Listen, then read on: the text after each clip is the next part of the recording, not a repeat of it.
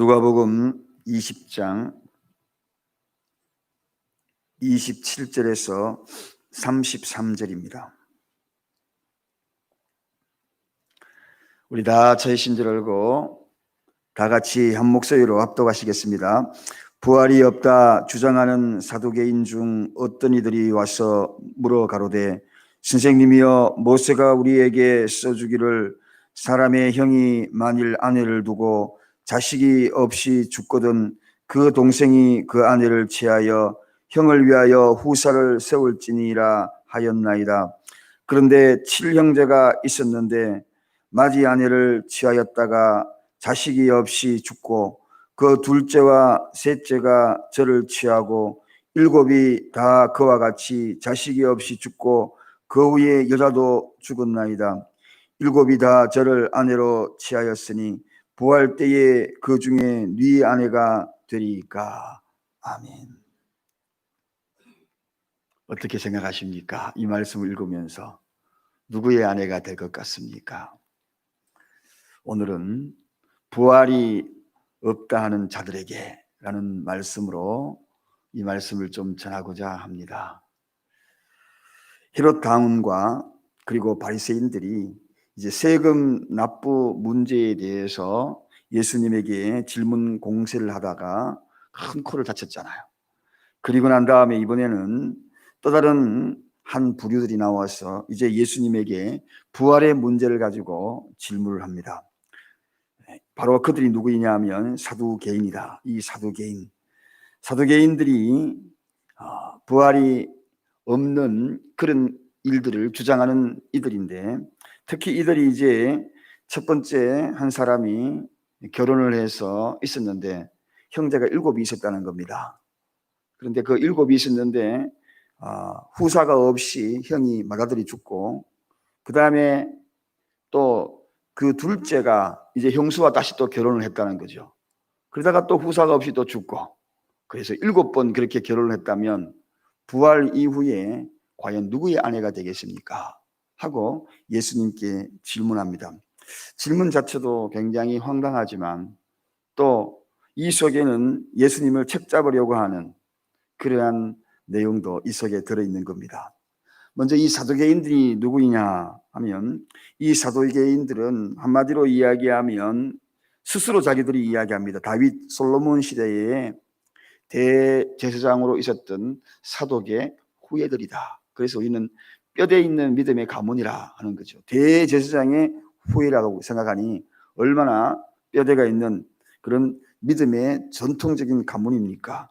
특별히 바리새인들은 구전을 중요시 여겼다면 이 사두개인들은 문서화된 것에 대해서 중요시 여겼던 사람입니다. 그래서 특히 모세 오경에 나온 문자에 대한 해석을 충실히 이행하고자 했던 그런 자들이 바로 이 사두개인들입니다. 그래서 그들 가운데 대부분의, 그러다 보니 어떤 현상이 나타나느냐 하면 모세 오경만을 주장하고 나섰던 이들이기에 거기에는 천사의 존재도 그리고 영혼의 불멸도 모두가 다 부인되어지는 그러한 자들입니다. 특별히 이들은 백성들과 어울리지 않게 많은 혜택을 누렸고, 그리고 소수 인원이었고, 그리고 지배층 계급이었고, 그리고 그들의 경제력도 부유한 계층이었고, 그리고 그들의 특징은 현실만 좋으면 좋다. 지금 우리 주어진 이 환경만 행복하게 살다가 가는 것이 가장 소중한 것이다. 그러한 생각을 갖고 있었던 겁니다. 그래서 오늘 이 본문의 질문도 그것입니다. 모세율법에 있는 형사치수, 형이 죽고 난 다음에 그 다음에 그 형수를 취하는 그 법에 아주 논리적으로 그 제도에 늘 주장하고 있는 그런 자들이 바로 오늘 그들이었다는 겁니다. 그러니 오늘 이와 같은 질문으로 이제 예수님에게 그 질문을 던지면서 예수님에게 아주 입장 난처하게 생각했을 것이라고 본인들은 생각했지만, 예수님에게 너무나 간편한 답변이었지만 그들은 아주 그 문제를 심각하게 생각하여서 지금 예수님을 어렵게 만들려고 지금 질문을 던지고 있는 것입니다. 자, 한마디로 이야기하면 사두개인들은 본절에서 언급하듯이 바로 이 모든 질문의 근본은 뭐냐? 부활이 없다 하는 기본적인 생각을 바탕에 깔고서 있는 그러한 모습입니다. 고대 근친 결혼법에 대해서 이 부활 문제를 제기한다는 그 자체가 이미 예수님을 책잡으려고 하는 그러한 생각, 그러한 은행, 그러한 태도, 이 모든 것들을 보여주고 있습니다. 자, 그렇다면 오늘 부활이 없다는 이들에게 과연 예수님이 어떤 이 문제를 어떻게 풀어가는 것인지, 오늘은 정답을 이야기하지 않습니다. 다음 주에 정답을 이야기할 텐데, 그 궁금증을 먼저 말씀을 드리기 전에 오늘 내용에 이 부활이 없다는 자에게 기본적으로 우리가 알아야 될 기독교에 대한 사상과 그리고 논리와 그리고 그 속에 담겨져 있는 참된 진리를 먼저 말씀을 드리고 다음 주에 그 말씀을 좀 더 구체적으로 더 증거하고자 합니다.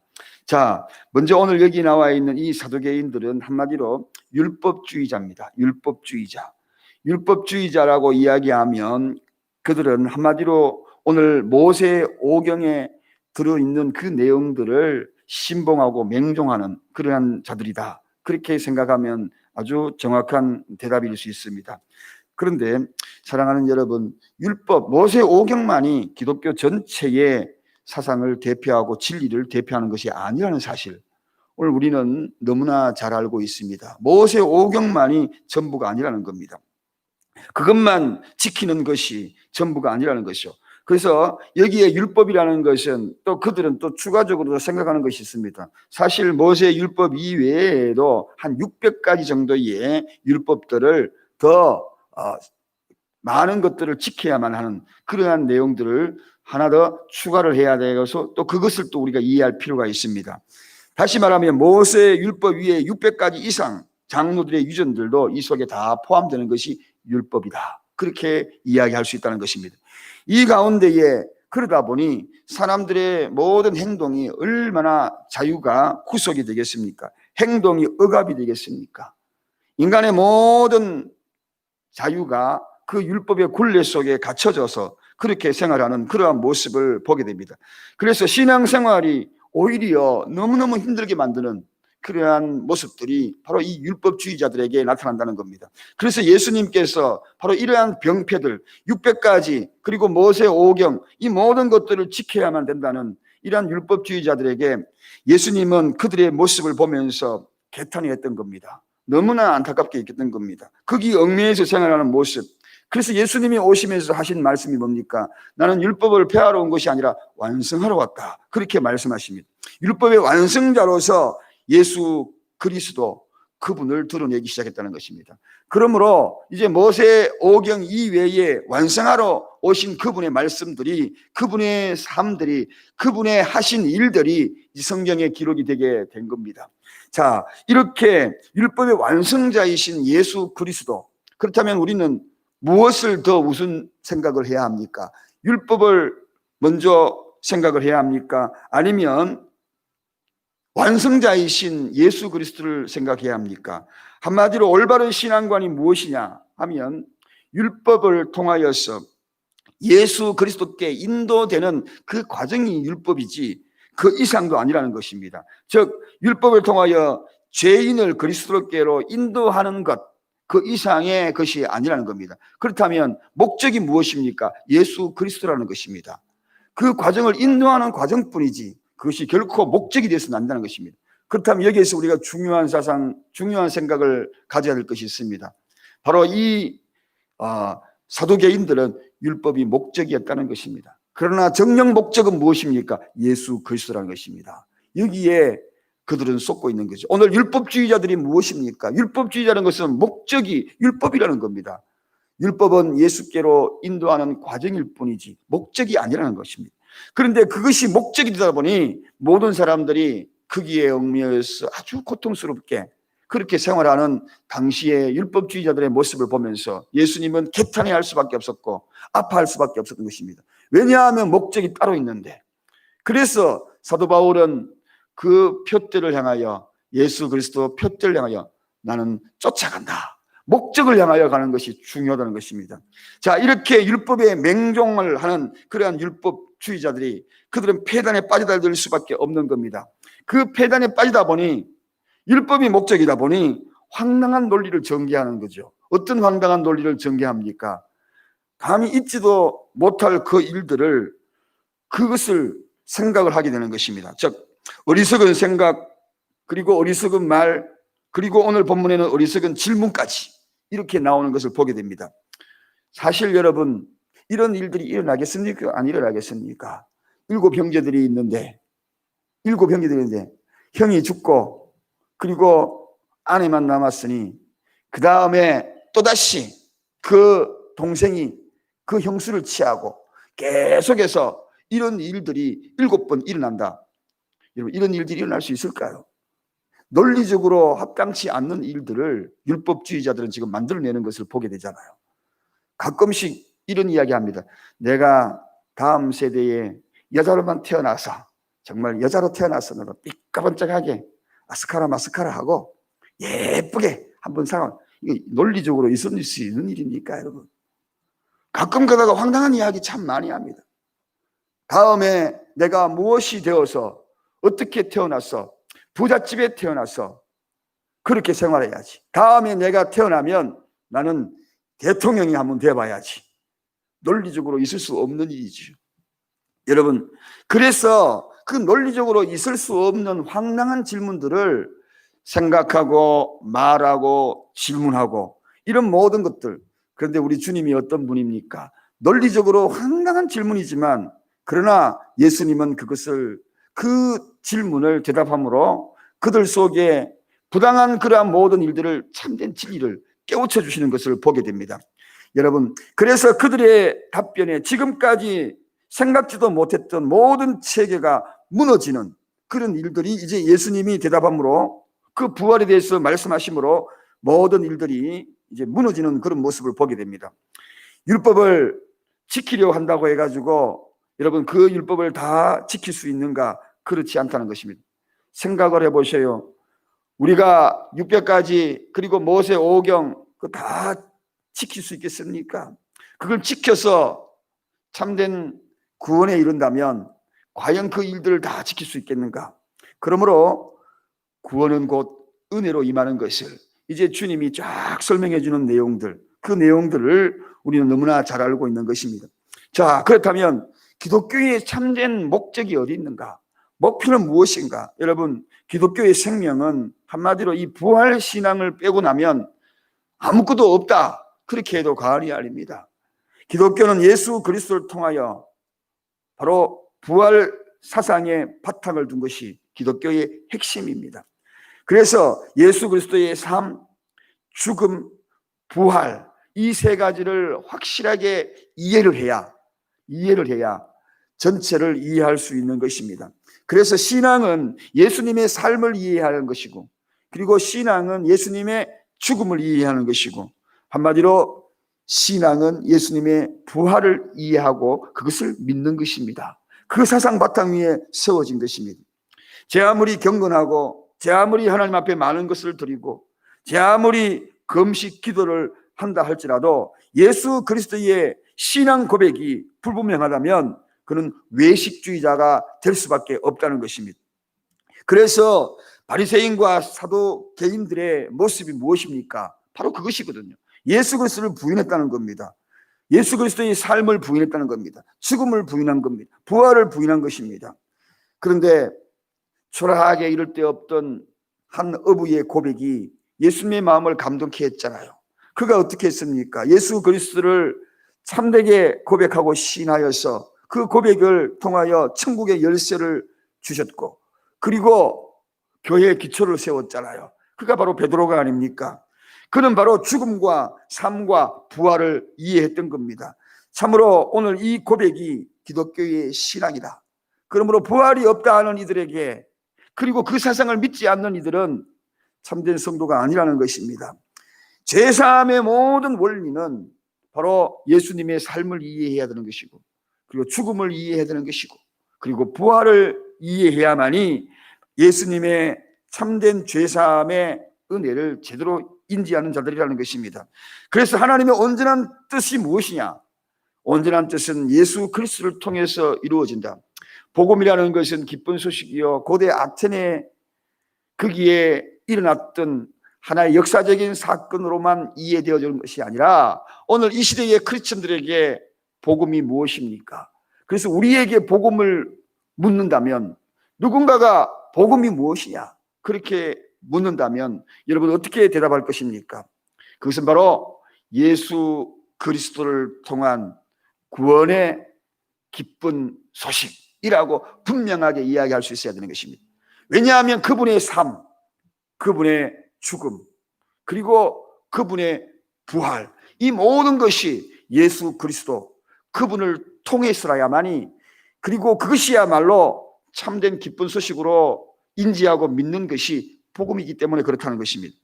그래서 오늘날 많은 인류들이 바로 그 모습을 인지하지 못한다면 부활을 부인하는 자들입니다. 그러므로 참된 부활을 위대하게 믿는 저와 여러분들이 얼마나 복된 이들인지 모릅니다.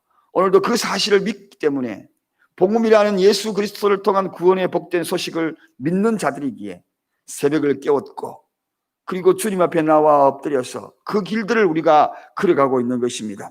자, 이제 오늘은 여기에 이 사두개인들의 서두의 질문에 해당되는 그런 내용만 말씀을 나누었어요. 칠형제에 대한 이야기. 그렇다면 과연 칠형제에 대한 이 부활 있고 난 다음에 누구의 아내가 되겠는가? 이 이야기는 다음 주에 계속이 됩니다. 다음 주에도 귀를 기울이시고 궁금한 그 사항들이 예수님의 답변을 통하여 분명하게 우리가 이 말씀을 이해하고 과연 부활 이후에 우리는 어떤 모습이 될 것인가? 많은 사람들이 생각을 하고 가족들이 오손도손 또다시 만날 것인가? 이 땅의 아내가, 내 아내가 또 다시 저 주님 나라에서 또 아내가 될 것인가? 여러 가지 궁금증을 많이 갖고 있는 분들이 계실 것입니다. 다음 주에 기대하고 그 시간을 다 함께 했으면 좋겠습니다. 기도하겠습니다. 하나님 아버지, 감사합니다. 오늘도 새벽을 깨워서 주님의 삶을 이해하려고, 죽음을 이해하려고, 그리고 부활을 확실히 믿는 이들에게 주님 주신 이 말씀에 가장 저변에 깔려있는 부활, 이 생명이 무엇인지, 왜 이렇게 우리가 이 새벽을 깨워서 아버지 앞에 엎드려야만 하는지, 이 사실을 믿지 않는다면 우리가 어찌하여 이 자리에 있겠나이까? 오늘도 그 사실을 분명히 믿기에 새벽을 깨웠습니다. 주님 앞에 엎드립니다. 부활 신앙을 가지고 아버지 앞에 엎드립니다. 율법주의자로 룩져 있던 사두개인의 모습이 아니라 주님께로 가는 과정을 가지고 목적을 삼는 그들이 아니라 예수 그리스도가 표되어 목적이기에 오늘도 이 새벽을 깨우며 아버지 앞에 엎드립니다. 은혜로 구원받은 이들이 주님 앞에 기도할 때마다 그 은혜가 차고 넘치게 하시옵시고, 말로 표현할 수 없는 하늘의 은혜가 풍성하게 심령을 적시어서 하루의 삶이 윤택하게 되며 부활신앙으로 나아가는 하나님의 백성들, 복음의 용사들이, 복음의 군대들이 될 수 있도록 축복하여 주시옵소서. 예수 그리스도 이름으로 간절히 기도드리옵나이다. 아멘. 찬송가 364장입니다.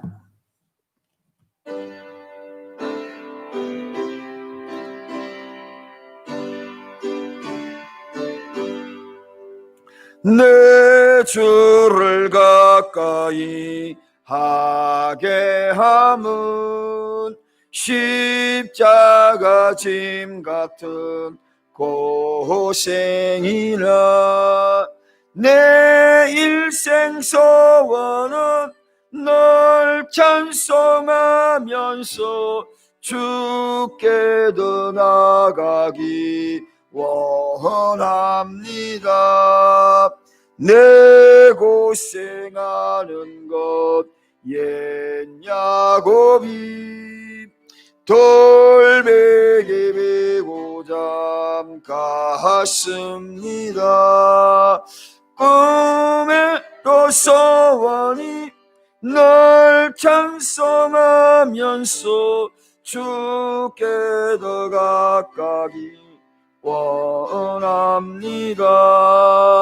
천성에 가는 길 험하여도 생명길 되나니 은혜로다. 천사 날 부르니 널 찬송하면서 주께 더 나가기 원합니다. 야곱이 잠 깨어 일어난 후 돌당을 쌓은 것 본받았소.